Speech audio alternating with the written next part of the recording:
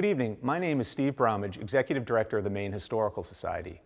On behalf of all of us here, I'd like to welcome you to the presentation of the 2021 Maine History Maker Award to the L.L.Bean family for its vast contributions to our beloved Maine. No one has shaped Maine's economy, identity, and brand as profoundly. Governor McCarran once asked, "Is Maine Maine because of Bean, or is Bean Bean because of Maine?" Leon Gorman responded, "Our characters and values are the same." With that, I'd like to introduce my good friend, Meredith Strang-Burgess. We have a great evening ahead of us. Oh, we do. And thank you so much for including me in this fun evening. And I just want to say, Steve, you and your staff have worked so hard on pulling this evening together. And although it's virtual, it's pretty amazing what you guys have done. And you all are going to get a chance to see this tonight. And there are people we know, because it is virtual, we'll be able to share this with so many people around the country and even beyond. And there might be somebody even beyond. I don't know, maybe the space station's watching. And you know, it's been a couple years since we've had a chance to give out a Maine History Maker Award. Steve, tell us about that. Well, first of all, I wouldn't doubt that L.L.Bean's reaches outer space in the space station. From what I know about the company and how they get it out there, that makes a lot of sense. I believe it, yeah. Well, it's great. You know, I think the History Maker Award is a really great reflection of what Maine Historical Society does is about. We issue this award every year to recognize contemporary Mainers who are doing things that will make Maine strong and vibrant in the long term. We launched the award in 2013 as a way to kind of really demonstrate the continuity we see between Maine's past, present, and future, and to really recognize the role that we all have as stewards of Maine. And L.L.Bean and their story is perfect for this. It really is pretty remarkable. The story you're going to hear tonight is one of innovation, adaptation, evolution, and probably most importantly, stewardship.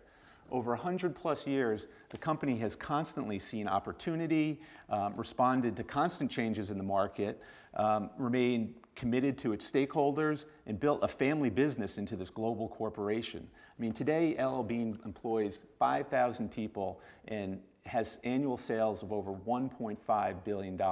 That's a huge driver in Maine.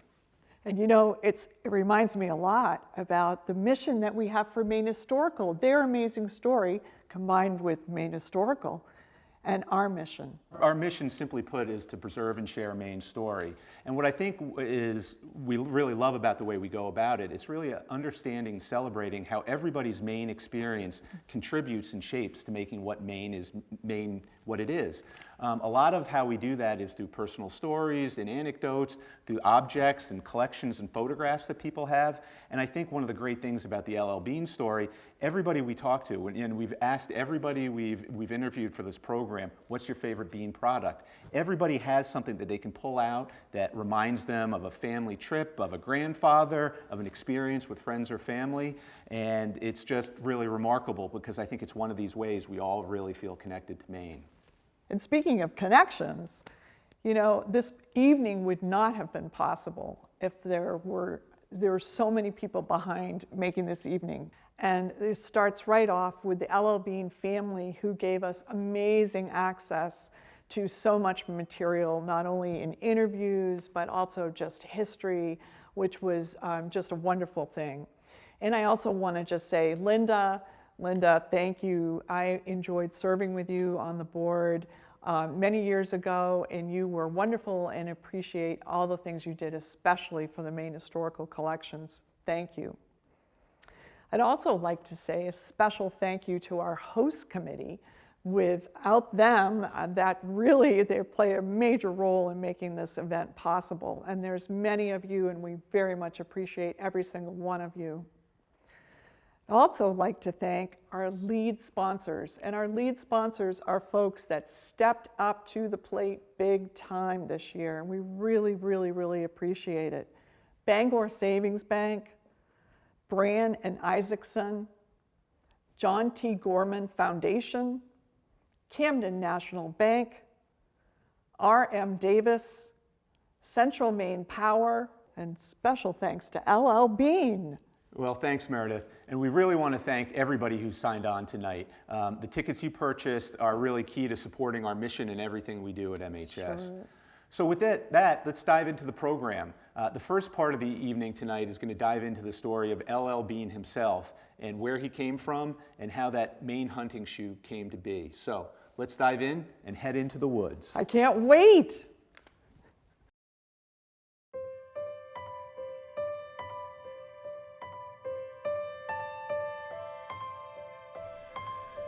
For more than 100 years, L.L.Bean has helped people find joy in the outdoors. It has driven Maine's economy, been a leader in corporate America, and defined Maine to people across the globe. Since its founding in 1912, L.L.Bean has been guided by its own golden rule. Sell good merchandise at a reasonable profit, treat your customers like human beings, and they will always come back for more. This isn't the story of a corporation, though. It's a story of a Maine family, guided by its commitment to the power of the outdoors and to its Maine roots and values. This is the remarkable story how 4 generations of the L.L.Bean family, grounded by their heritage, have created, built, transformed, and stewarded Maine's most important company and positioned it to lead Maine into its 3rd century. The L.L.Bean family story begins at a time when Mainers lived much of their lives outdoors. In the decades after Maine became a state in 1820, Maine experienced a major boom. Its lumber, granite, and ice fed the development of the East Coast, and its ships, captains, and crews were at the center of international trade.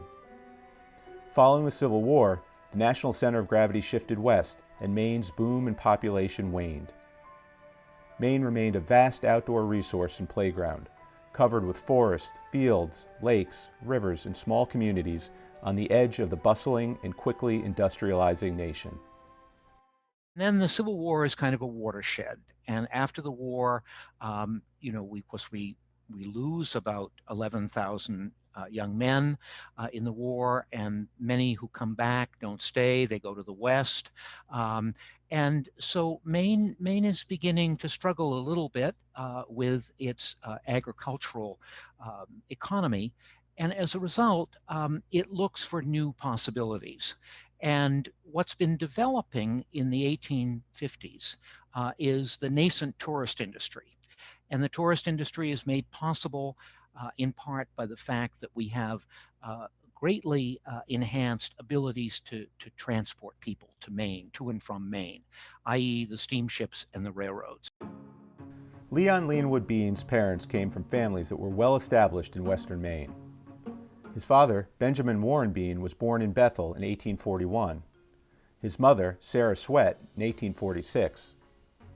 Benjamin was a master carpenter by trade and built some of the fine old homes in the Bethel area, including the Mount Abram Hotel in Lock Mills. L.L.'s grandfather, George, enlisted in the Civil War at age 60 and died at Andersonville. Benjamin and Sarah lived besides her parents in Greenwood, where they had their first 4 children, including L.L., who was born in 1872. They then moved to nearby Milton Plantation, population 270, where they had 2 more sons. L.L. gives this snapshot of his early years. At the age of 11, I asked my father to buy me 5 steel traps to use on a small stream that ran through our farm. I also wanted to go to the cattle show at Norway, 18 miles away. The answer was that I could have the traps or go to the county fair, but I could not have both. I took the traps. During the fall trapping season, I caught 5 minks and 8 muskrats. The 5 minks sold for $1.25 each, the 5 large rats for 8 cents each, and 3 small rats for 5 cents each. Tragically, L.L.'s parents both died just days apart of each other in 1884 when L.L. was 12. L.L. was sent to live with friends of the family, but remained closely connected to his 5 siblings. He quickly showed his pluck and independence. He spent much time in the woods with his cousin Louis Sweat and tells many tales of his first hunting trip when he was 13 in his memoir, My Story by L.L.Bean. During summers, he worked on an uncle's farm in West Minot and then on another farm in East Hebron. During the winter, he attended the Little Red Schoolhouse at Milton Plantation. In 1891, L.L. headed to Kents Hill Academy to take a commercial or business course.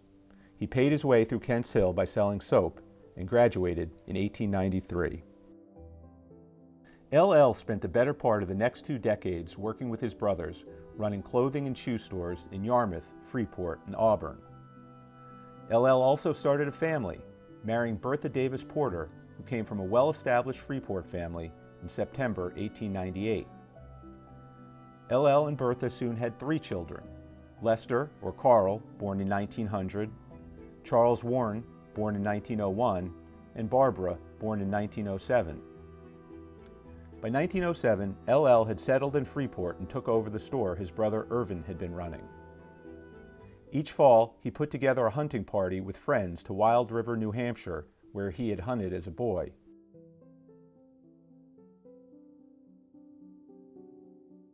So Linda, I would love to start with you and a little family history and background. I understand he had his head in 2 worlds. He loved to be in the business running things, being L.L.Bean, but he also really loved to be in the woods throughout his whole life. It was like a pendulum with him. He would spend time hunting, fishing, and camping, and then he would come back inspired to create new products to share that he had found a need for or conceived of while he was out in the Maine woods. What I know about my grandfather is from observing his history and his lifestyle. He was a buoyant, happy, healthy man. He would go hunting, fishing, camping, and then he'd return with these new product ideas in his sporting goods enterprise that he started first with his brother Guy Bean. He loved baseball and the Red Sox. And among his earliest merchandise was a Bean Brothers baseball bat and mitt. From those hunting trips, the apocryphal L.L.Bean story emerges and the legend is born. In L.L.'s words, "In 1911, I decided after a hunting trip that the shoes I was wearing were no good. Born and bred in the Oxford Hills, the wood trails were no novelty to me. I grew tired of wearing shoes that hurt my feet. I took a pair of shoe rubbers from the stock on the shelves and had a shoemaker cut out a pair of 7.5 tops. The local cobbler stitched the whole thing together. L.L. and his friends tested the boots on their own hunting trips. A local farmer who was in the store heard L.L. discussing his new boot, ordered a pair, and liked them. L.L. subsequently developed a short mailer, his first catalog, and distributed it to 1,000 sportsmen who had purchased Maine hunting license. He soon filled 100 orders. But, according to lore, 90 of those pairs failed, with the tops separating from the bottoms. L.L. went to Boston and, with money borrowed from his brothers, contracted with the U.S. Rubber Company for thicker rubber soles and replaced all of the failed boots in the original orders. His customers were impressed by both the boots and service. Word spread, L.L. expanded his mailings, took out ads in the National Sportsman, and traveled to outdoor trade shows. There proved to be an eager market for the Maine hunting shoe, and the business took off. L.L.'s invention of the Maine hunting shoe came at a timely moment in Maine history. It coincided with the emergence of Maine as a place to escape to hunt, fish, and find respite as the country grew and became increasingly industrialized and urban. Visits to Maine let people go back to a recent time when most Americans' lives were much more connected to the land and outdoors. By the late 1800s, an outdoor industry was emerging in Maine. In 1897, the Maine legislature passed a bill requiring hunting guides to register with the state. Maine registered more than 1,300 guides in that first year. At the same time, companies like Sears Roebuck had emerged and transformed the retail landscape. All of a sudden, people across the country, including in rural areas, could purchase virtually any item by catalog and have it delivered by mail. But parallel to the Adirondacks is the development of Western Maine, particularly the Rangeley area, but lots of other areas in the general area of Western Maine. And all of a sudden, there's a whole new phenomenon, the sporting camp. And the sporting camp attracts, in a given season, large numbers of both men and women who are hunting, fishing, or just recreating. LL's early business grew out of these trends, and his innovation, hustle, and quickly emerging persona helped fuel this burgeoning economy and the development of Maine's identity as a refuge from the modern world. In the 1910s and 20s, the company grew rapidly, fed by its folksy catalogs that featured products selected by LL and copy he wrote himself. LL became a persona and face of Maine. He hired more and more local people to make boots, mail catalogs and parcels, and to staff the retail store. The product line expanded, focused on filling the needs of sportsmen. LL described the role he played in the market for bean products this way. No doubt a chief reason for the success of the business is the fact that I tried on the trail practically every article I handle. If I tell you that a knife is good for cleaning trout, it's because I found it so. If I tell you a wading boot is worth having, very likely you might have seen me testing it out at Merry Meeting Bay. LL worked hard, but would always prefer to be in the woods. He got out as often as he could, often under the guise of product testing trips with friends and company employees. LL began the process of acquiring and swapping spaces in Freeport to support the constantly evolving needs of the growing business. The showroom, manufacturing spaces, shipping, and offices were all mixed closely together, connected and accessed by an outside stairway. The Dingley Press, founded in 1928, occupied space in the basement and printed L.L.Bean's catalogs until the 1980s. The Freeport Post Office was located on the first floor. A chute for parcels went directly from the L.L.Bean mailroom to the post office. 70% of the post office business came from L.L.Bean. The idiosyncratic original building that was a central part of the L.L.Bean experience and mystique took shape and would survive until 1975. Sportsmen en route to Maine hunting and fishing trips stopped by the L.L.Bean showroom at all hours to buy licenses and supplies. Their constant request to open the store in the middle of the night led to LL's decision to remain open 24 hours. According to legend, the key to the front door was finally thrown away in 1951. This only added to the L.L.Bean mystique.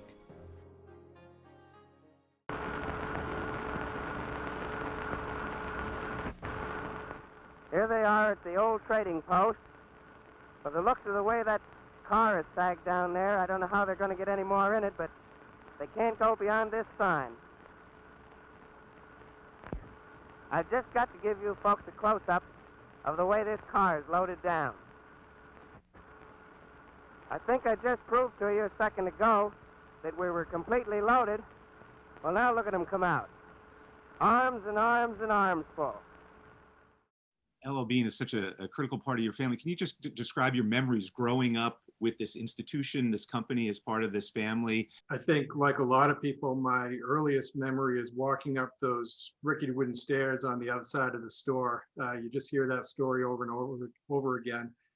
And at the top of the stairs, there was a bin of scrap leather that I'd always rummage through. And then I would make my way to find a pack of spruce gum. There were these little packs of spruce gum. It was just awful gum that took forever to chew. Tasted terrible, but for some reason I always had to have that gum. Then later on, my brother Kevin and I worked summer jobs there in high school. He was a parking lot attendant, I was a cashier, and we stayed at my grandfather's one-room log cabin down at Wolfsneck, which is still in the family. And there's no electricity there, no running water. So it's pretty rustic, and we come into work and take our showers at the retail store before work. Celebrities like Babe Ruth, Ted Williams, Eleanor Roosevelt, and many others were appreciative customers, visitors, and friends of LL. LL had initially borrowed money from his brothers to produce the first Maine hunting shoes. The company was incorporated in 1934, with all stock being held by the family except for 10 shares, each given to 3 employees.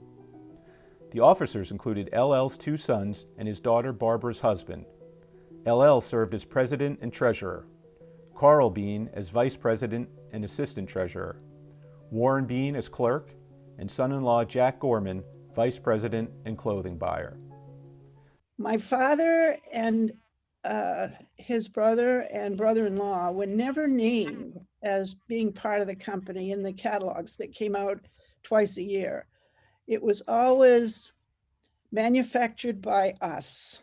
Could you tell us a little bit more about your father and what he was like and what was his interests and passions were, and a little bit more, because I understand he had a really important role in the company in designing the canvas products and the tote bags, and just you tell us a little bit more about him? Yeah. When I think about L.L.Bean in the mid 40s, when I went there as a young girl, I remember the smell of leather. And I remember the noise near my father's design area, the leather stamping machines going kerflunk, kerflunk, kerflunk as they cut out his latest product patterns. He had cases for everything useful at camp and for hunting and fishing. I have an emotional memory of those days. I felt such excitement when visiting my father at his design station. Despite the Depression, LL's grandson, Leon Gorman, would later characterize the 1930s boom as the pinnacle of the company's business under LL's leadership. In the 1940s, LL served as an advisor to the War Department, and the company provided boots, satchels, and other products to support the war effort. L.L.Bean was also featured regularly in national publications that focused on LL's story and the company's Down East character. The peak of this national acclaim came in December 1946 when the Saturday Evening Post, then the most widely read magazine in the country, ran a 4.5-page spread titled The Discovery of L.L.Bean. That year, 600,000 catalogs had been printed and distributed around the globe. Orders doubled the next month to 19,000 from 7,445 for the same period in the previous year. Maine's business community appreciated the fact that the L.L.Bean catalog, which was mailed to the four corners of the world, strongly suggested to sportsmen that they come to Maine, the sportsman's paradise. After Bertha died in 1939, L.L. married Lucille Claire Boudreau. She too was a great sportswoman, and the couple spent countless hours together hunting and fishing from Canada to Florida. L.L. began spending part of each year in Florida, which would continue for the rest of his life. He remained firmly in charge of the company, and when he returned to Freeport, enjoyed being with customers, reviewing work, and playing the role of L.L. Bean. His secretary, Ethel Williams, and Carl's secretary, Jessie Beal, were widely credited with having helped ensure that everything at the company kept moving. L.L. Bean was, in fact, the center of the lives of many, many Freeport families who contribute greatly to its success. L.L. felt that his company had a higher purpose. To my mind, hunting and fishing is the big lure that takes us into the great open spaces and teaches us to forget the mean and petty things of life. Leon Gorman later put it this way: he saw greater good in the outdoor business than simply selling products by mail. L.L. was not one to philosophize or pontificate, but he had a personal relationship with the great outdoors.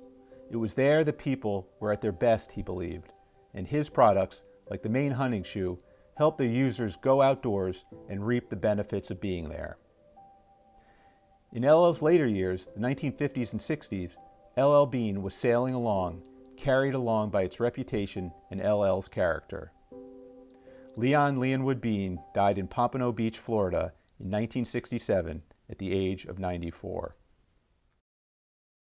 So Andrew, turning to you. So I imagine you too have had L.L. Bean a center of your experience from your earliest days. What are your earliest memories of the company, and what do you appreciate most about the family business?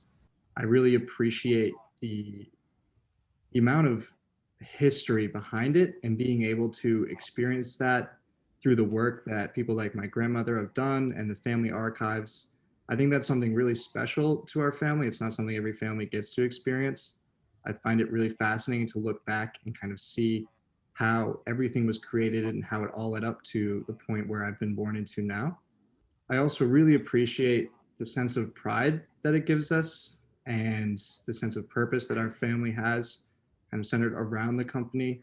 It gives us something to unite around. And I've been noticing that the company's values, family values have started to become intertwined. And it really gives us a nice sense of purpose to try to accomplish something. Do you imagine a career at L.L. Bean? I've already had 2 internships there, and it's such a fantastic experience seeing the culture that the company's created. Everybody there just loves getting outside. They pretty much all unite around getting outside after work. There's road biking, mountain biking, kayaking. Everyone's constantly just trying to get out there, and I really like that. I really enjoy that about the culture. It's also been fascinating seeing the passion that my family members have for the company. A lot of the 5th generation is currently working at L.L.Bean, and I got to see them a lot throughout my internships and see the passion that they had for the company as well. 1, 2, 3.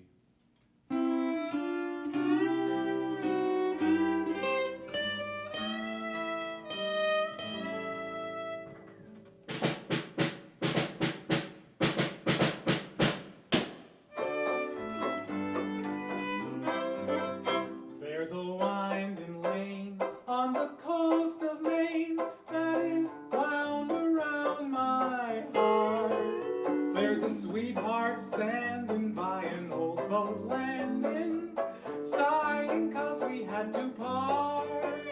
But she'll cry no more when I reach that shore, hand in hand again we'll start. Down the winding lane on the coast of Maine that is wound around my heart.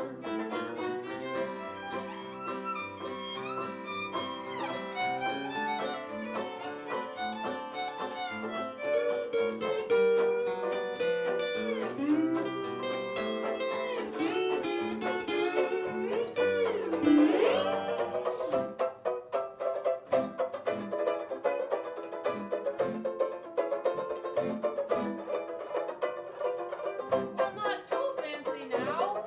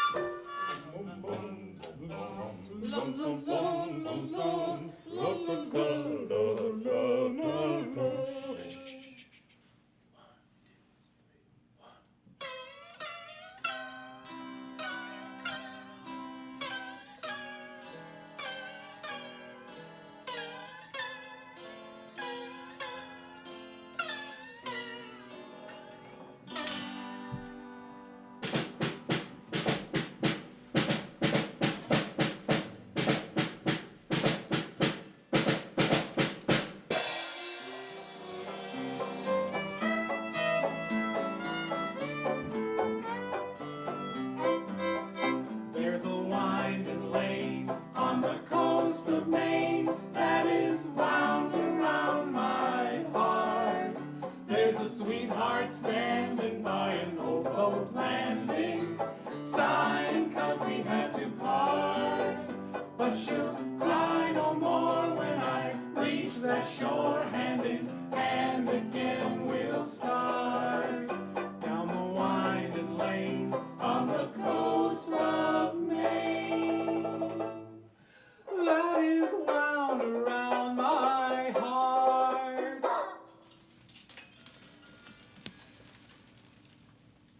Oh, good. Yep. That was nice. That's that on that. Hi, I'm David Flanagan. I'm chairman of Central Maine Power these days. But 20 years ago, I was president of the company during the terrible ice storm we experienced in 1998. I'll never forget those days. I was working around the clock for 3 weeks straight in January, and I was out in the field a lot, and it was no place for suits and ties. So I naturally put on my old L.L.Bean clothes, and as luck would have it, the media picked up on that and identified me with the company and with the effort, and being a regular Maine person by virtue of my wearing my L.L.Bean clothes. I also want to remember for all of you that L.L.Bean stepped up during that terrible catastrophe, the worst natural disaster in our state's history, and donated appropriate winter weather clothing for the out-of-state crews, many of whom came up here from places as distant as North Carolina, unprepared for our weather conditions. So they made a tangible contribution as well as adding to my wardrobe. Like the Maine Historical Society and certainly L.L.Bean, Central Maine Power cares deeply about the state of Maine and is proud to serve the people of our state the very best we can.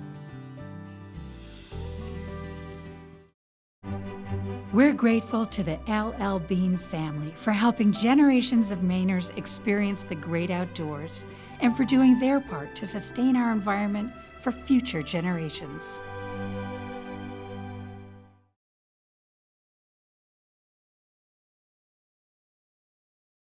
When did you realize that, you're part of a preeminent American family, so to speak, even though, you're Maine guys, you know what I mean?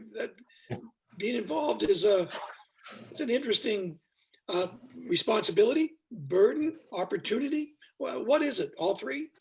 When I started out, I look at it as this was just a family thing. And to this day, you don't think of L.L.Bean as this big corporation because it's still a family, whether it's all the employees we have. When you walk into the company, you're amongst friends, you're amongst family, and you don't think of this as craziness. You understand how big L.L.Bean was. But for me, my youth growing up, you'd go up to the retail store and I was just like, in my form of Disney World, you'd see animal mounts, you'd see all the hunting and fishing gear. And even though I hadn't known him long, the time spent with LL, just getting to meet the man and learning to stitch a pair of boots at 5 years old was pretty cool. Although I feel bad for the person I got that pair of boots. So your memory of LL is your grandfather. I mean, he was a typical grandfather, really good guy. He used to love us kids, and no matter what we did, we couldn't bother him or upset him or anything, telling us stories. And that was really, really interesting. But I guess when we got too big to sit in his lap, we didn't quite see him quite so often. The thing I remember most about the factory is going in the cutting room where they used to cut the leather off for the hunting boots. I still can remember it, and it's one of the most enjoyable times I've had. The company's evolved a great deal. It's reinvented itself. I don't know about reinvented, but it has had to change. Is that because businesses have to change, or is there a creativity in the family or a business sense that you guys are taught? We sell quality products at a reasonable price. And as long as we keep that philosophy going, it's like they say, the customer will always come back. And it's worked quite well. Well, Jim and Bill, give me some help with that. Why can your family stick together when so many others don't? I mean, I hate to ask it that way, but I think it's, I've known a lot of people, like I had a pretty nice little career, but I never created one job. And I bet I've known 100 people who've had careers at L.L.Bean. What your family's done for the state is amazing. And yet you guys are able to stick together to keep it going. What are your thoughts about that process? We're a family that really cares about one another. And it doesn't extend just to our blood family, but the company as a family. We owe people a good lifestyle, a comfortable place to work, but we also have a heritage that supports that. LL grew up treating people as back to do unto others. He treated people like he wanted to be treated. It's not about one person. It's a group of people. It's not just about us. It's our employees. We have vendors. We have a community that depends on us to be around. We can't take the chance of getting into ourselves and our own pettiness when we realize that there's a greater thing out there that we're small compared to them. We have to understand that we do, and I think that's what makes it work so well. So one of the things people are always asking me is like, tell me about Maine in 15 seconds. But we do have to get some kind of a reflection about not just L.L.Bean in Maine, but Maine and L.L.Bean. I guess it's To me, the two are interchangeable, go hand in hand. Now, growing up in Maine, there's so much I loved about it, but I never realized what I didn't have until I moved to Florida. It's a great state. It's warm 99% of the time, but it doesn't have that smell of Maine. It doesn't have the feel of Maine. When I go back to Maine for the summers, you can smell the pines, you can smell the earth. It's decomposing and turning, fall's starting to come around, it's hunting season, and you just relax. It gives you a calming effect. If you put Made in Maine, it could go on almost anything. And I've heard it said over the years, is Bean because of Maine, or is Maine because of Bean? And I don't really know. Certainly, I guess it was chicken and egg. Maine had to come first. For L.L. to be born here, I guess it showed the power of his family in keeping him influenced in the right way. It's kind of how I always envisioned Mainers being, is sort of very self-reliant individuals who like the outdoors. It's the image I've always had in my mind, is that if there is a zombie apocalypse, I think Mainers would do rather well. We know how to survive in the outdoors. We're not afraid of it.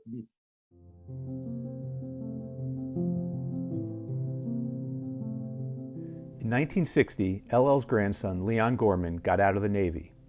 He didn't yet have a career plan, and his former Bowdoin counselor suggested he consider L.L.Bean. Leon approached LL, signed on, and set out to learn the business.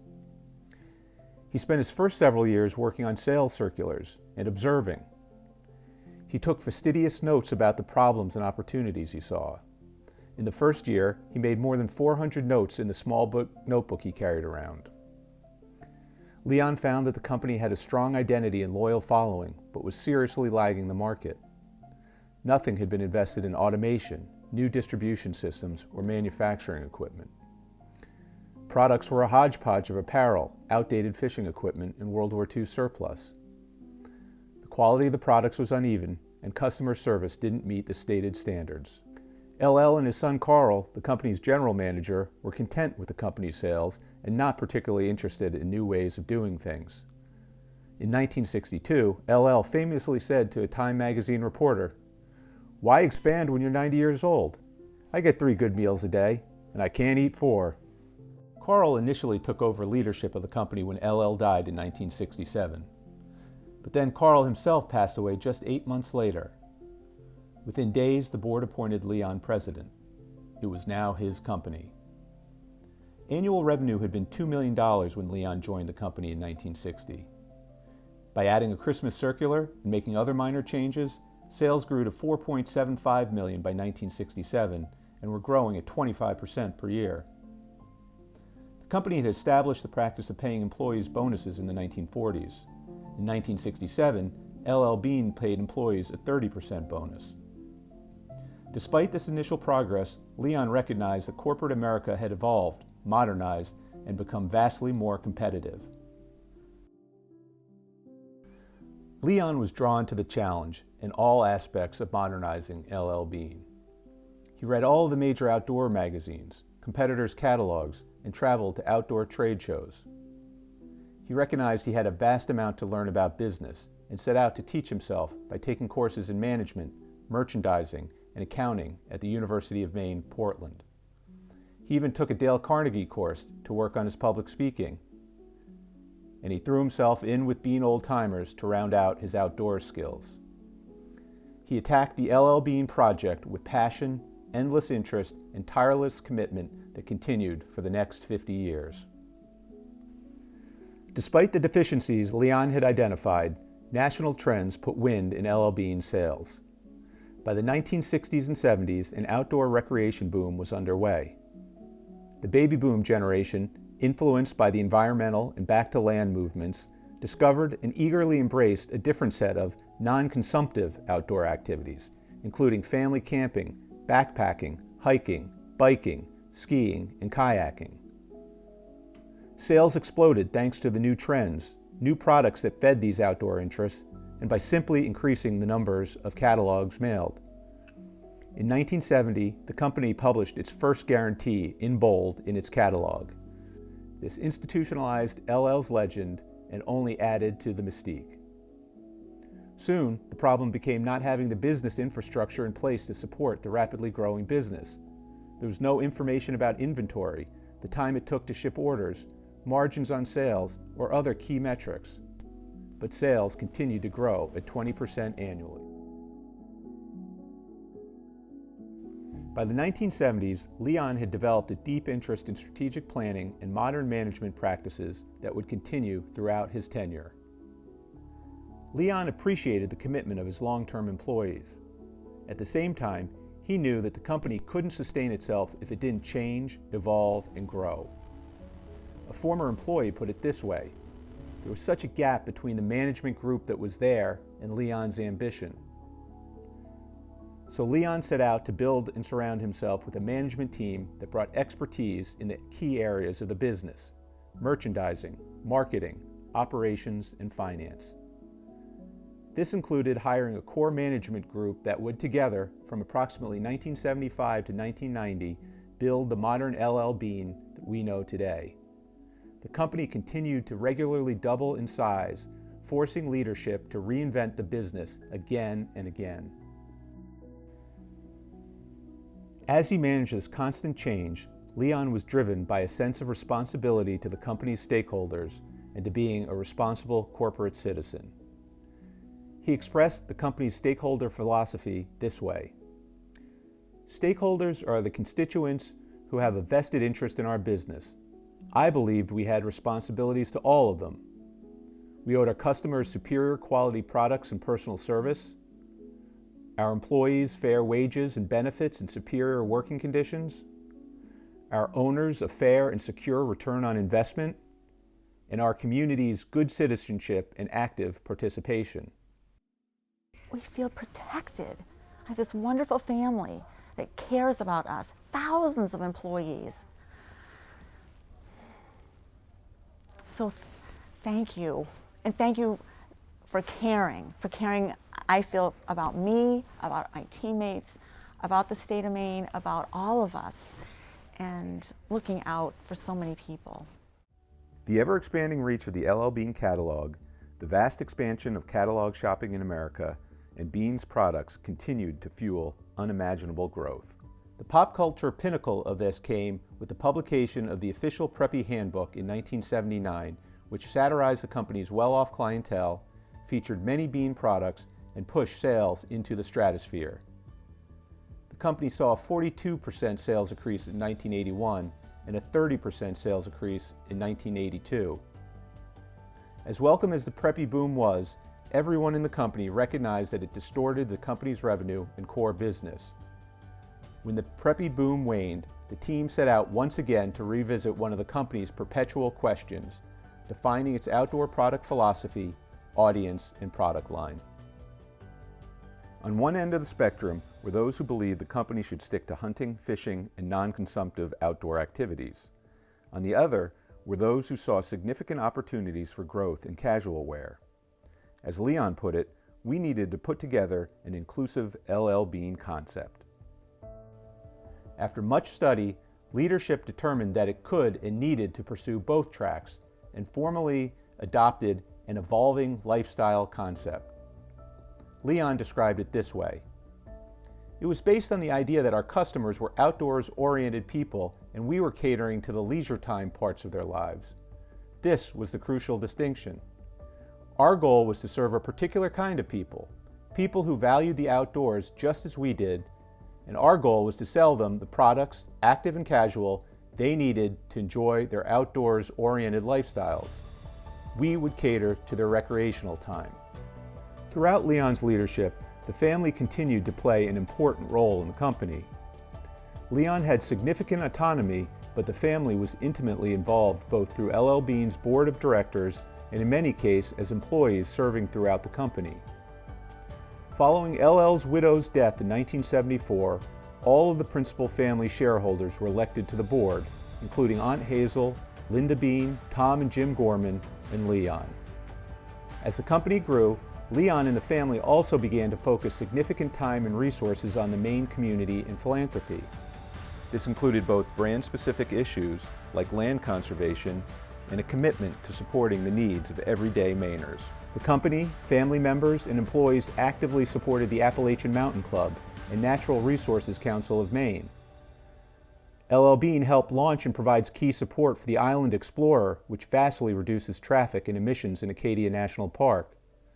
And Leon and Lisa Gorman have also been tireless supporters of the United Way, Preble Street Resource Center, and Maine Community College System. Linda Bean has been a pioneering businesswoman, helped create Maine's historic preservation movement, and had a huge impact on Maine's cultural institutions, including Maine Historical Society. Leon was particularly proud of the company's sponsorship and his participation in the Mount Everest Peace Climb in 1990, which provided an example of collaboration and teamwork between climbers from Cold War countries. You know, I think it boils down to their amazing stakeholder philosophy, right? Like 50 years ago, L.L.Bean was talking about corporate social responsibility through this stakeholder philosophy in a way I believe that very few other companies were really talking about in that way, and recognizing that commitment to their employees and to their shareholders and to their communities and to the environment, and all of the things that make them understand that they are an important hub in a particular ecosystem. For many generations, a visit to L.L.Bean meant the rambling old building with the external staircase, creaky wood floors, and hopes of a chance encounter with L.L. The experience felt like stepping back in time. In 1984, the new flagship store opened, and the company has been expanding and refining its presence in Freeport ever since. Visiting L.L.Bean today is an essential part of the Maine experience for tourists and a ritual for Maine residents. It is both a modern, state-of-the-art shopping experience and a full immersion in L.L.Bean's products, philosophy, and values. The company's Outdoor Discovery School provides an opportunity for many customers to learn new outdoor skills and prepare for their own adventures. In the 1990s, the company opened a store in Japan, and in the early 2000s, retail stores in strategic locations around the country. In all its facilities, L.L.Bean is committed to sustainability. Just as Leon recognized that the company had to evolve in the 1960s, he recognized that L.L.Bean needed to embrace the arrival of the internet in the 1990s. The first L.L.Bean website enabled the company to provide information about all of its products and about the company, outdoor sports, and national parks. The first online purchase came from a woman in Alaska who bought Gore-Tex hiking boots. By 2000, the company did $164 million in revenue on its site, 15% of the company's total sales. The New York Times called L.L.Bean an e-commerce star, attributing its success to a stubborn adherence to customer service and a steadfast refusal to let excessive technological wizardry interfere with shoppers' experience on its website. During the same period, Leon and the board made another critical management decision: to prepare for leadership succession and to bring in the company's first non-family president. In 2001, Chris McCormick became president and CEO, and Leon became chair of the board, the title he would hold until his retirement in 2013. Charles Darwin. Everybody associates with Darwin the term survival of the fittest. And I don't know about you, but I grew up hearing that term, and I figured that meant the strongest, the biggest, the fittest were that was who was going to survive. That's not what Darwin said. If you go back to the origin of the species, he defines the fittest as those organisms or institutions most adaptable to change. That's who survived. If it was the biggest and the strongest, the dinosaurs would still be in charge. And, we'd be a footnote in history, and Mr. T-Rex would say they were tasty while they lasted, But no, it's most adaptable to change. And that, I think, is a crucial lesson. And L.L.Bean is a good example. And if they had continued to do things the way they did, was relying on the retail store and the mailed out catalog, they'd probably be gone today, or they'd be a branch of some other larger company. Much as L.L. had earlier, Leon expressed his motivation what drives L.L.Bean employees, and the value the company provides to people this way. I continue to believe that people want to feel they're serving a higher purpose. Not to sound pretentious, but I think people in business can do noble things, just like doctors and educators and people in public service. Sure, we sell bean boots and backpacks and fleece jackets, but they enable people to enjoy the outdoors, and that adds value to their lives. What do they get from the outdoors? All kinds of physical and spiritual rewards. That's what it's all about and what we're all about. I think most people at L.L.Bean shared in this belief.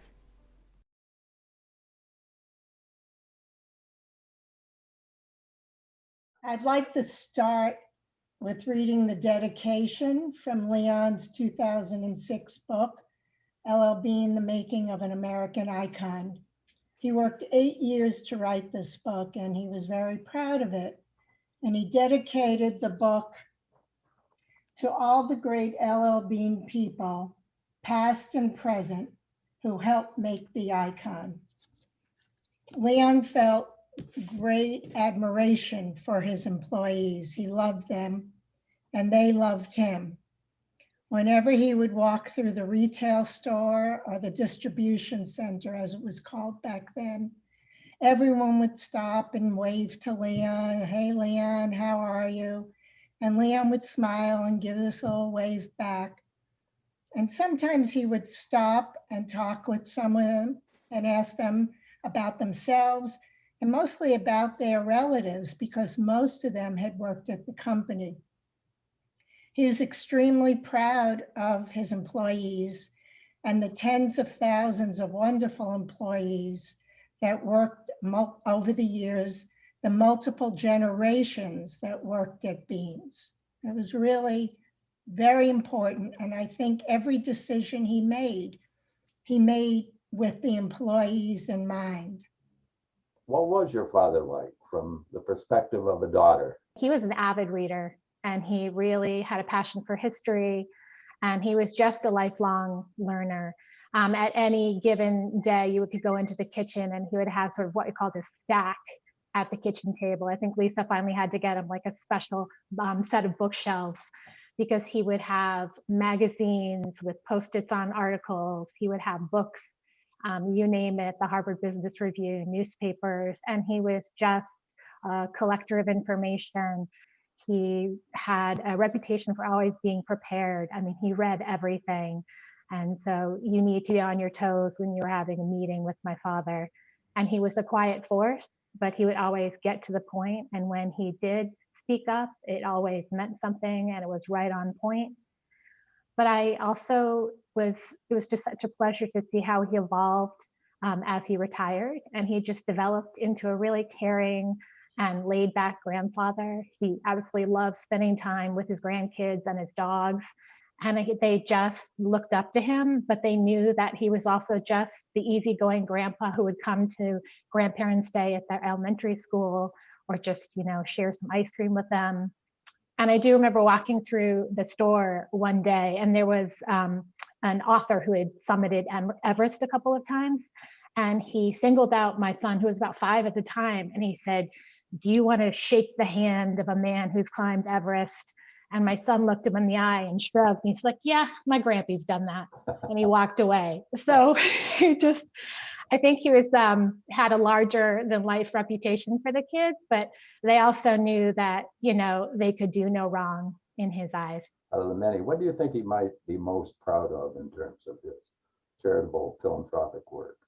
The Nature Conservancy saving the St. John River, 185,000 acres.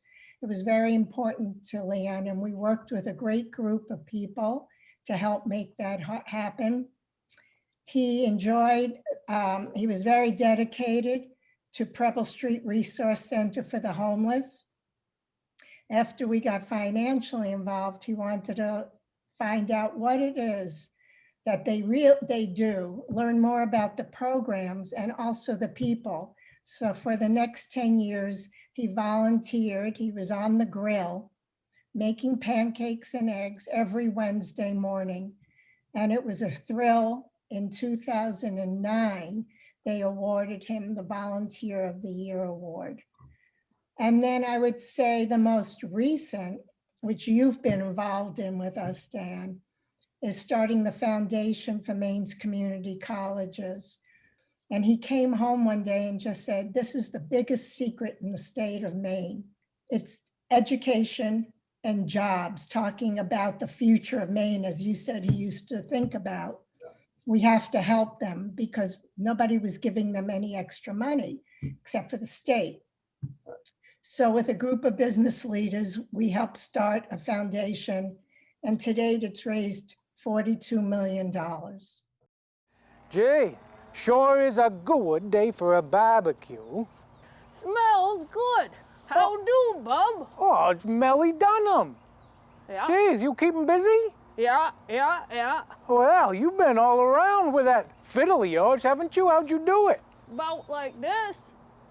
Jeez, Norway, Paris, Denmark, Naples, Mexico. Jeez, and that's just in Maine. Yeah. Well, why don't you take a load off there, Melly? I suppose. Easy does it. And while you're at it, why don't you pick up that fiddle? Join us for a tune. Well, I couldn't play a tune without the band. How do, Bob? Oh, hey guys. Well, I suppose.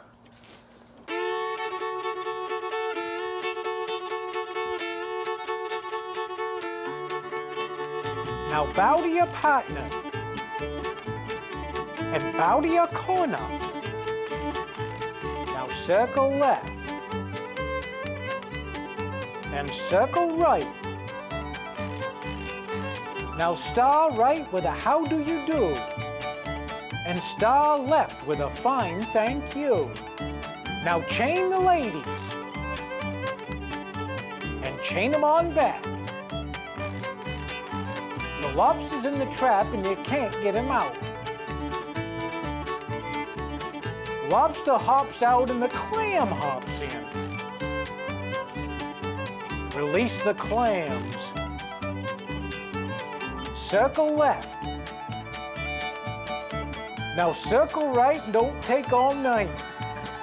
And star right with a how do you do. Star left with a have a good one.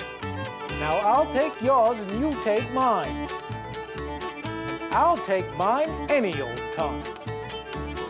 Duck for the oyster, dig for the clam, shoot through the hole in the old tin can. And circle left. And circle right. Into the middle to the tune of the fiddle. Into the center with a wicked big shout. That's all there is, there ain't no more. Take your gal to Old Route 4.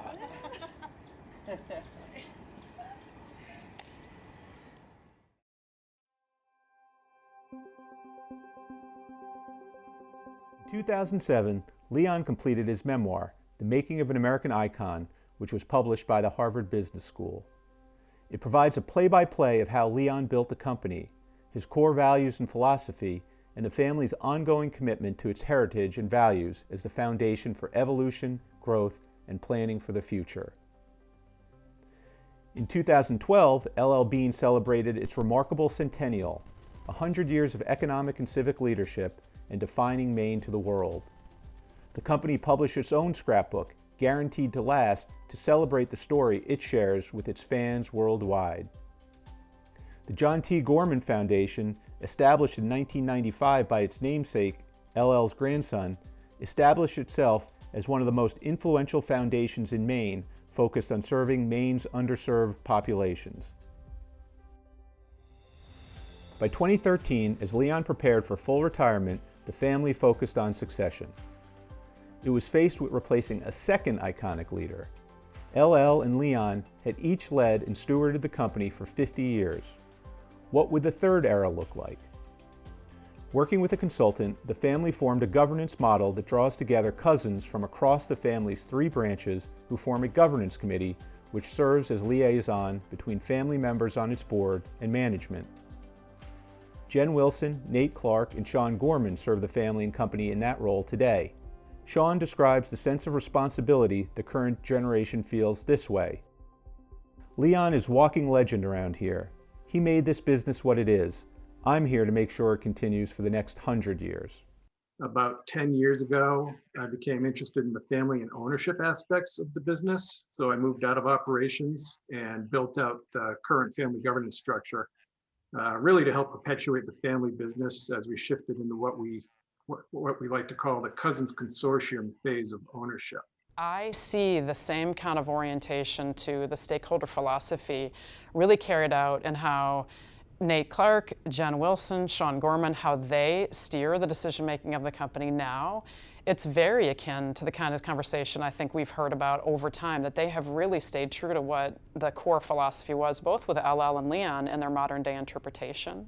What I see with the current fourth generation is just this deep investment in and care for the health of the company, and the connection to what the vision was and what I think both LL and Leon had and were bringing to the way to shape a business. Being family owned shapes the employee experience in every single way.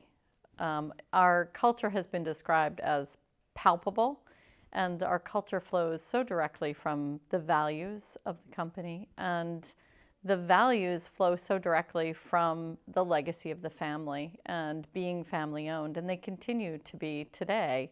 So employees come here and they work here for long periods of time over the course of their careers. And the engagement that they feel and the culture that they feel like they belong to and become part of is really a result of being family owned. And they really, in some ways, become part of that family themselves. The family also looked outside of the company for L.L.Bean's next president and chief executive officer, hiring Stephen Smith in 2015. So I interviewed through all of 2015, really intense process. Super cool process with the family. I met with almost every family member. They were set up as intergenerational meetings, so I would meet with third generation, so Time, Linda, Jim Sr., Leon, and one of their children in our large executive conference room, and had really cool, wide-ranging conversations and listened to all of them about what they wanted for the brand and the business, and heard stories about what they had built and the stakeholder philosophy and all those pieces. And the final interview of that group was with Leon and his daughter Jen. And we had an amazing conversation and covered lots of different topics. I had a bunch of questions for him. I was quite in awe meeting him, in that I had obviously read his book in preparation for all the interviews, and I had annotated it and turned down all the different pages. And so it was really amazing just to be sitting in the same room and talking with him. An era truly passed when Leon Gorman died in September 2015. During his 34 years as president and 12 years as chairman of the board, the company's revenues grew from under $5 million in 1967 to $1.6 billion in 2013.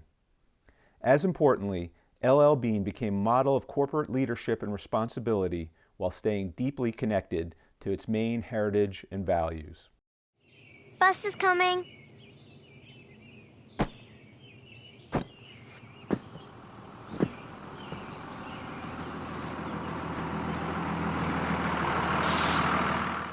As it has since the early 1970s, L.L.Bean continues to revisit its core mission and audience. This is in part dictated by the realities of the market. The outdoors industry has become increasingly specialized, and the flexibility of online shopping creates constant competition. But the effort to expand its market also harkens to LL's core beliefs and the company's stakeholder philosophy. The company reflected and determined that it is not just in business to serve outdoors-oriented people, but to help all people enjoy and benefit from being outdoors. This refinement in focus and strategy has helped the company define a broad, diverse, and inclusive audience for L.L.Bean products. You know, we have this idea that we should be good at our jobs and good at our careers at the expense of ourselves. And that's exactly what I was doing. I didn't know it, or I didn't see it, I didn't feel it back then. But somewhere my body knew. So I decided that I would just be outside and get my health back. Yes. Hey, folks. Being out in nature, I feel my most human, and I feel joy when I am utilizing my own 2 feet to traverse the earth. Humans are designed to walk, and we're designed to be outside. And now that we're in this crazy time, it's even more important to make sure that we are connected. We're connected to the earth. We're connected to other people. We're connected to ourselves. And, being outside helps us achieve all of that. L.L.Bean partnered with another Maine-born company, the VIA Agency, to create the Be an Outsider campaign in 2017. The campaign targeted outdoor family enthusiasts, people of any gender, age, and location who have a connection to the outdoors. It issued a call to action to be an outsider with the goal of getting more people outside more often. We started working with L.L.Bean in probably 2016, 2017, and it started out as a way to unleash the potential of that brand. And as I said, build on the trust that had always been there from the way that they transacted business. But what more could we be? Who else could we talk to? And together we worked with a very talented and dedicated, passionate group of people across the entire organization. It wasn't just a marketing initiative, but people from HR and merchandising and all facets of the business were involved in this. And we really brought to life this idea that there was some space in the outdoor category where it's not just about getting outside. That's obviously very important, but it's about finding the joy in the outdoors when sharing it with others. There was a line we had as an insight into the target, which is that the only way to make the great outdoors greater is to share it. And L.L.Bean being a family-owned brand, being a family brand of products, servicing families for many, many years, it made perfect sense that their invitation to the outdoors would be one of joy and togetherness. So while many outdoor brands are about hanging off the side of a cliff solo, L.L.Bean was about, inviting you to come together and share the joy and the replenishment that is the outdoors. And all the while, they'd provide all the products to do that.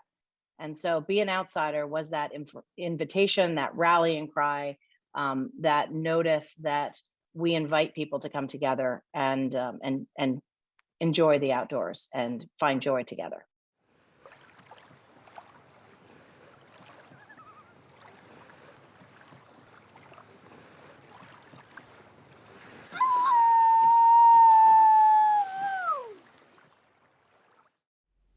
The company also continues to express its stakeholder philosophy and commitment to social responsibility through its leadership in sustainability, product sourcing, and other areas of its operations. L.L.Bean's standards for treating humans and treating the environment high is well recognized across our vendor base, and we work with them, and they have an equal sense of pride, I would say, in how they treat the workers in their factories and how they treat their environment that they operate in. So L.L.Bean really allows, I guess it goes back to, well, I'm going to keep going back to loyalty. L.L.Bean is clear about what its expectations are, and it's loyal to those who manage to those expectations. L.L.Bean approached 2020 in Maine's bicentennial with strength, focus, and momentum. The bicentennial was going to be a moment to celebrate Maine, to reflect on the profound ways that history shapes Maine today, and to look forward and prepare Maine and the company to thrive together as Maine embarks on its 3rd century. Then, the first confirmed case of the coronavirus was confirmed in Maine on March 12th, 3 days before Maine's 200th birthday. The company quickly closed its door and prepared for the worst. But within weeks, opportunities emerged to both keep employees busy and to support the community. Staff turned to producing PPE and to working with food banks to package and distribute food to families in need. And then, as all of us in Maine had realized, people across the country discovered that the outdoors, whether on a trail or in a backyard, was the ideal place to keep active, healthy, and to find perspective through the profound challenges of the pandemic. As the pandemic has worn on, L.L.Bean, grounded in its core beliefs and products, engaged and prepared, has had a record-setting year while helping to keep its customers moving forward. 2020 was a truly extraordinary year. I'm incredibly thankful to the family for setting up the values and the stakeholder philosophy that the company has held dear long before I was here and long after I'll be here. And that stakeholder philosophy and the values that we have drive all of our decision making. They drive us to do what's right for our employees, for our customers, for our communities. And we relied on that all year long in all of our decision making. We knew we had the support of the family to make really difficult decisions, but also decisions that were right for our employees. It may not have been the right thing for the business, but were the right thing to do for our people.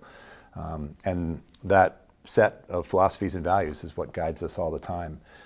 Also, I think Sean's vision of really addressing the brand as a brand, which we talked about a lot in 2015 in the interviewing process, in 2016 when I started. We've done so much work on making the brand more relevant to more people, and I think that manifested itself in 2020 in a super powerful way, where our brand and our purpose just connected with people as they were, sheltering at home and they were quarantining, and then they were expanding their bubbles and becoming new outsiders. Our brand was just in the exact right spot at the right time. These are uncertain times. What do you think the greatest strength of L.L.Bean is as we advance?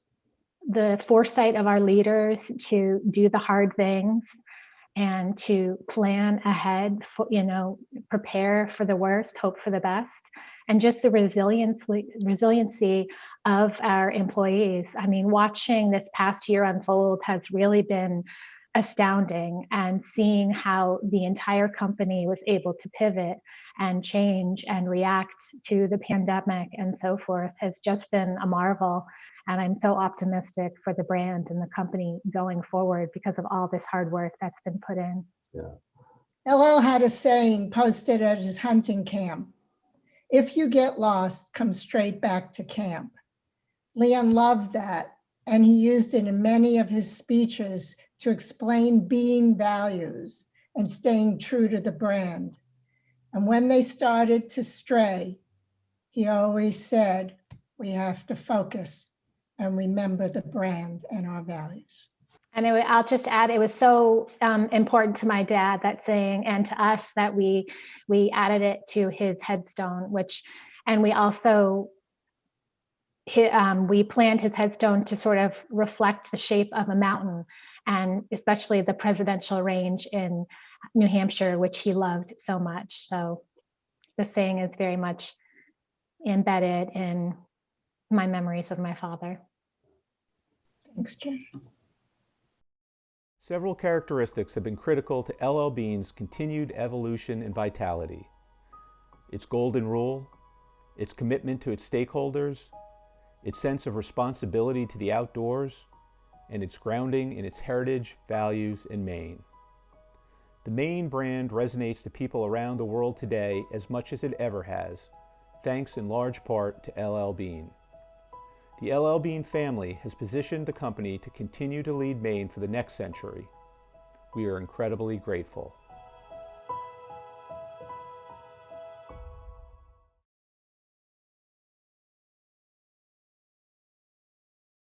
Is there a certain pressure of being a descendant of L.L. Bean, of that kind of, outdoor royalty? I mean, are you 6'8"?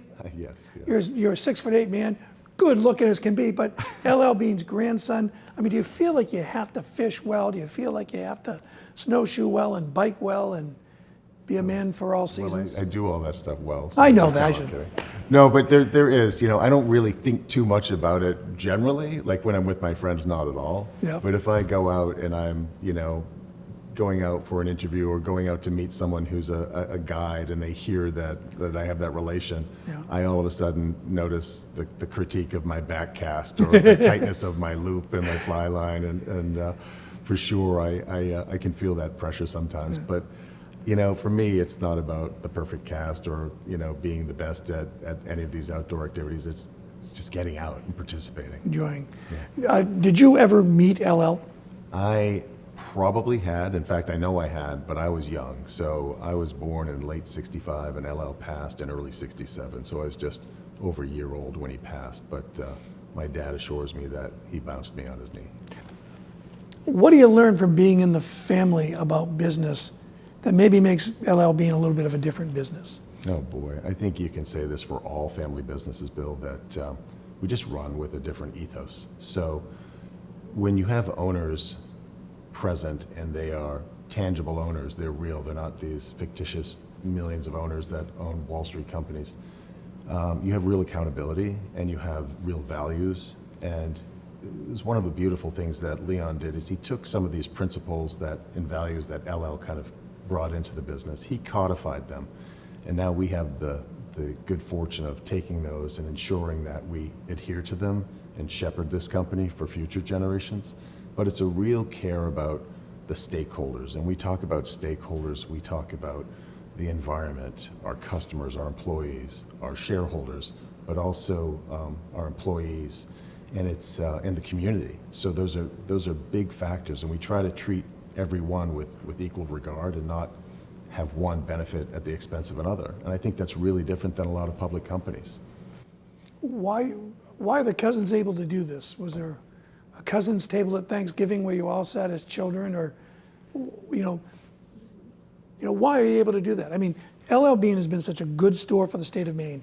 It's taken our brand, our quality, our what's the word I'm looking for? Our integrity worldwide, and the cousins seem to want to extend that. Absolutely. Why not just sell the darn thing and take the money? I think there's tremendous pride in the company, and there's tremendous pride of being connected to L.L.Bean, and there's tremendous care for the state of Maine. And you can think about opportunities to sell, and nobody wants to at all. When we survey our owners, everybody wants to remain family held and privately owned for as long as they can foresee. But they imagine, I think, that if the company ever did get into other hands, you might start doing things differently. You might not worry about employing a manufacturing facility up in Brunswick. You might not worry about distributing orders from the northeasternmost corner of the United States when you're shipping all across the country. But we do that because we have an obligation to our stakeholder, which is the community. Do you, when you're talking to other CEOs and stuff, do they ever say, well, I wish I had your company? Oh, I mean, your style, I think they do. And you see it now with like the Business Roundtable, right? With big companies like, JP Morgan Chase and Jamie Dimon coming out, or Doug McMillan saying, it's really about more than the bottom line now. It's really about the stakeholder. And I believe that they believe that's true. But this is something that we and most other family-owned businesses have known to be true since the inception of our companies. And we've been practicing that philosophy for over 100 years. Beyond, though, being an employer, you're also a contributor to the community in so many different ways. Your philanthropic support of Maine has been quite amazing. Everybody hits up L.L.Bean. It's true. It's true. We're a well-known company, and there are only so many pockets in Maine. But yeah, we do reach out and support the community in a lot of ways. I mean, I think through the company and our employees, we're the largest contributor locally to the United Way of Greater Portland's annual campaign, and that's a wonderful thing. Yep. But beyond that, we look at things and how we can support the community that are related to our purpose, and we have an outdoor access fund, and we've donated about $6 million to various organizations, several in Maine. You think of the Friends of Acadia and the Island Explorer buses that we support up in Acadia National Park, to support of other local organizations, to national organizations where we're trying to get more people outside by partnering with the Trust for Public Lands to improve parks and outdoor access in urban areas, or outdoor industry associations, Outdoor Fund, Thrive Outside, to do the same purpose. Your company's evolved because it was a hunting and fishing company. It's evolved into so much more, and so your corporate culture also has to evolve. The people working for you are most of the 5,000 are different than they were 50, 75 years ago. How is that culture changing? I think it's interesting. When I think of the people who work at Bean, I think culturally they're very much the same as they have been. When I think of the organizational culture of L.L.Bean, we've gone through some iterations with different leadership and leadership styles. And as I said, Leon and L.L. were kind of patriarchs in their own rights as kind of, Leon was really like a second founder of the business, if you will, and really had full control. And as we've evolved into this Cousins Consortium, we've looked at the leadership, and we had to move from a high control model to one that was more collaborative, right? So one of the things is just tapping into the incredible talent that exists within the organization. And I've talked about the hero versus host.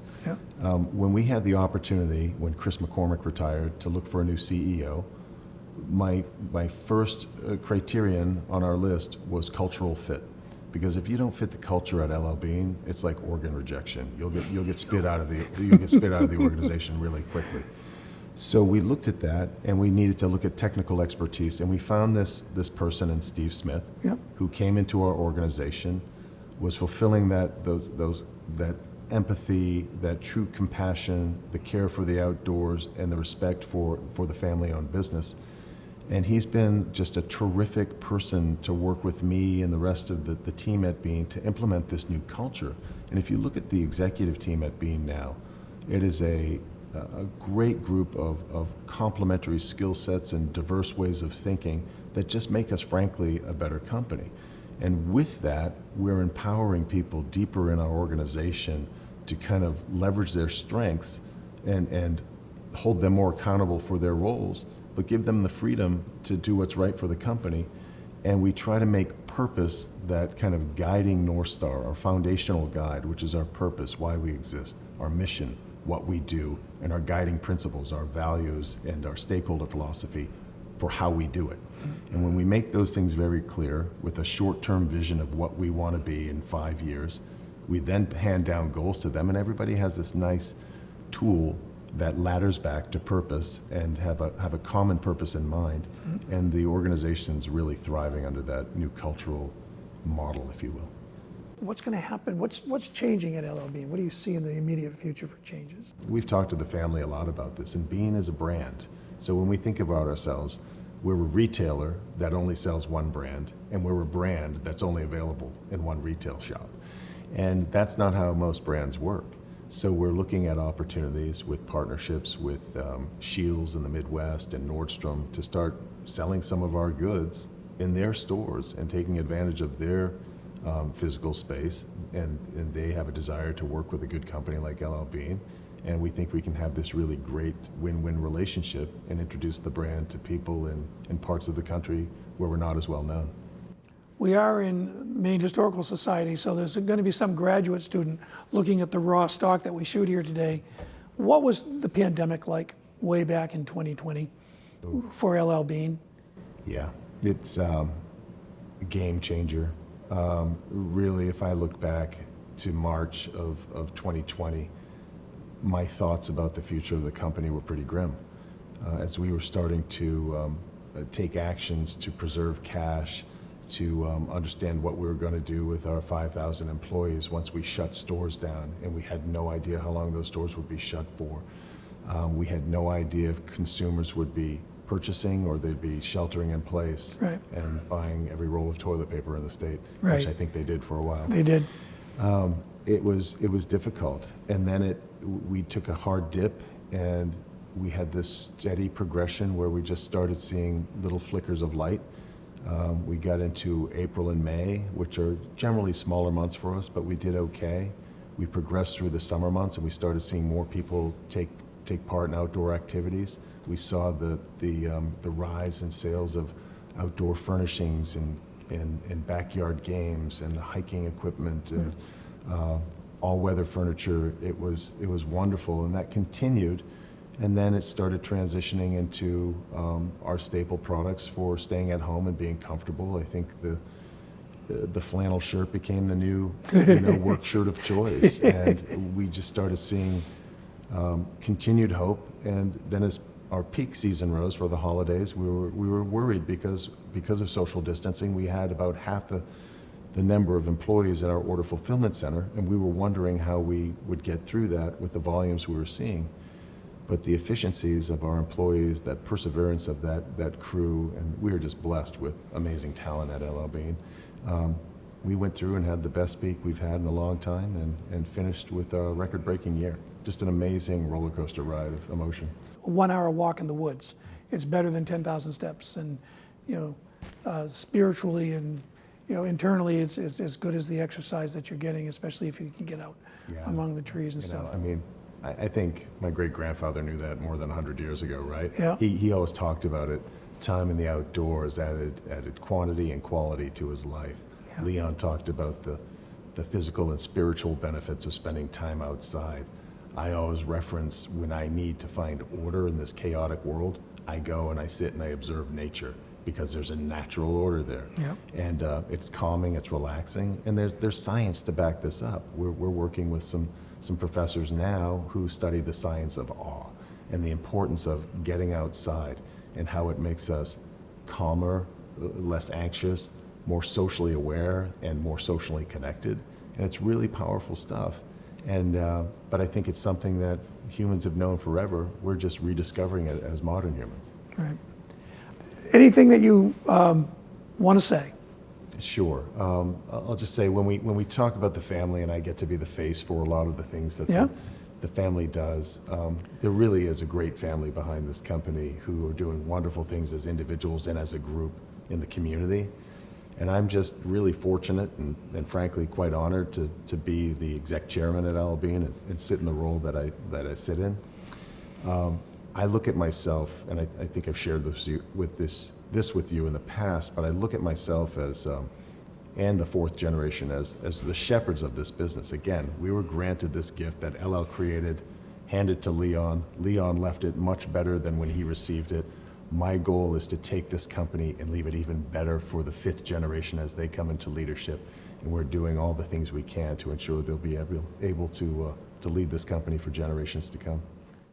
Sean, it's with great pleasure that we present the 2021 Maine History Maker Award to your family for all of your contributions to Maine. There's actually kind of a neat story behind this clock. It's made out of Deer Isle granite by a neat little museum on Mount Desert Island. We think it captures Maine's rich human history wonderfully, as well as the timelessness of Maine's sense of place. So thank you to you and your family and L.L.Bean for everything you do for all of us who love Maine. Thank you.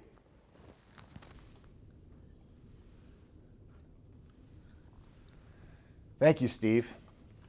On behalf of the L.L.Bean family and the employees of our great company, I'm honored to accept the Maine History Maker Award for 2021. And I'm moved by the beautiful tribute video you and your team at the Maine Historical Society and Maine Studios created to share our 109-year ownership story. I would also like to thank everyone who shared their thoughts and perspectives tonight. Your words were powerful, and my family and I are so proud to know that L.L.Bean has made such a deep and lasting impact on the state of Maine. The connection between L.L.Bean and Maine is and always will be rooted in the outdoors. It's why our company came to exist, and it's the same reason why so many people, residents and visitors alike, come to Maine, to breathe the fresh air, take in our state's rugged beauty, and discover the restorative power of being outside. As executive chairman, I often describe my role as the chief steward of our family business. But the reality is, as a family, we are all stewards, tasked with ensuring this business will be here for generations to come. We have the privilege of serving in these roles because of the incredible work and dedication of L.L.Bean's founding and early generations to create and build a profitable business on a bedrock of guiding principles and values that we strive to live by each and every day. That journey began with our great-grandfather, L.L. It was passed on to his children, and then to our parents, and now to us in the fourth generation. Many family businesses do not survive past the second or third generation. We're thriving into our fifth because of our family's commitment to build something that will last, not just for our family, but for the people of Maine and all L.L.Bean stakeholders. Once again, thank you all for this tremendous honor and for celebrating with us tonight. Well, Meredith, you look ready for action. Well, thank you, Steve. And you're not looking too bad yourself. We're ready to go. We are. I'm not sure exactly where we're going to go, but you know, after tonight, it was such an amazing show, and the stories, and they're all such a part of all of us here in Maine. And we just thank everybody for watching. The L.L.Bean story is such a fundamental part to, I think, everything we know and think and feel about Maine, and it's a really special evening. So thank you to L.L.Bean. Thank you for everybody who has joined us. I also want to encourage everybody to stay involved with Maine Historical Society. If you're not a member, please consider joining. We've got great exhibits, great online programs, all kinds of things going on. So we hope to see you real soon. Thank you. Thank you. 1, 2, 1, 2.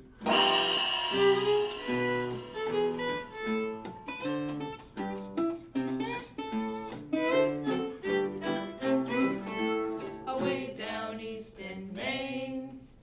Early to bed, early to rise, that's what I must do. I'm gonna head straight for my bed when my supper's through.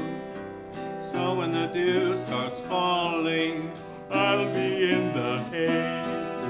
And when the birdies are calling, I'll be on my merry way. Can't you picture me back in a little white shack away down east in Maine, where a little white light will be burning each night till I wander back home again. How my heart will just dream by a little mill stream at the end of every day. In the evening by the moonlight, I love to stray.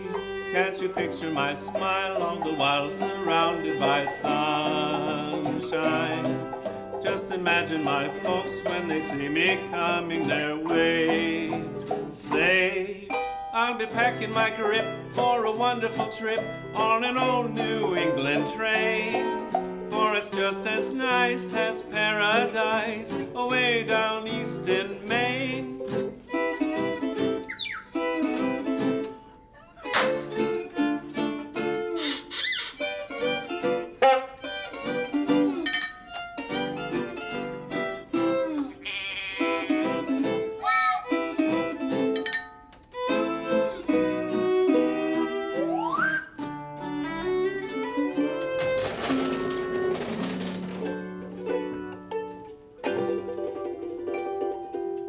Can't you picture me back in the little white shack away down east in Maine, where a little white light will be burning each night till I wander back home again.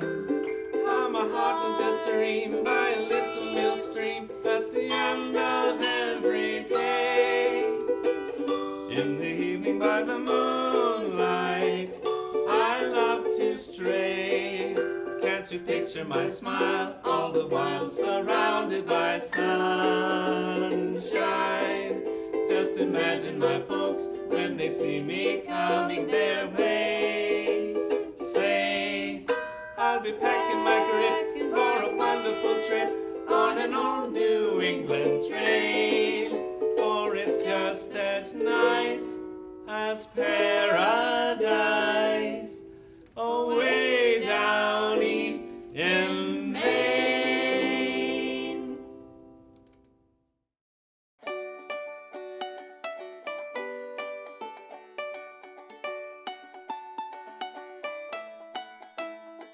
This is my L.L.Bean hat. I'm wearing it right now. It's their winter sweaters. You gotta get the light straight. You can't just be a numbie, you know. And then when you need a light, bang, you hit that. I've got my L.L.Bean utility jacket. What I love about this is it speaks L.L.Bean for me, right? It's rugged, it's functional, it's looks great. A pair of my favorite bean boots. They're so old that they're still called the Maine hunting shoe. What's your favorite L.L.Bean product that you use and love and can't do without? I knew you were going to ask that question, so I have a show and tell. This is the L.L.Bean pack away vest, and right now it's packed away. The Wicked Good slippers, those are the most comfortable things you can wear when you're doing homework, when you're just hanging out. Yeah, they're fantastic. And I own so many. It's sort of ridiculous. I think my fireproof glove. I love this brand. I love this company, and I'm so proud to be a Mainer and be associated with it.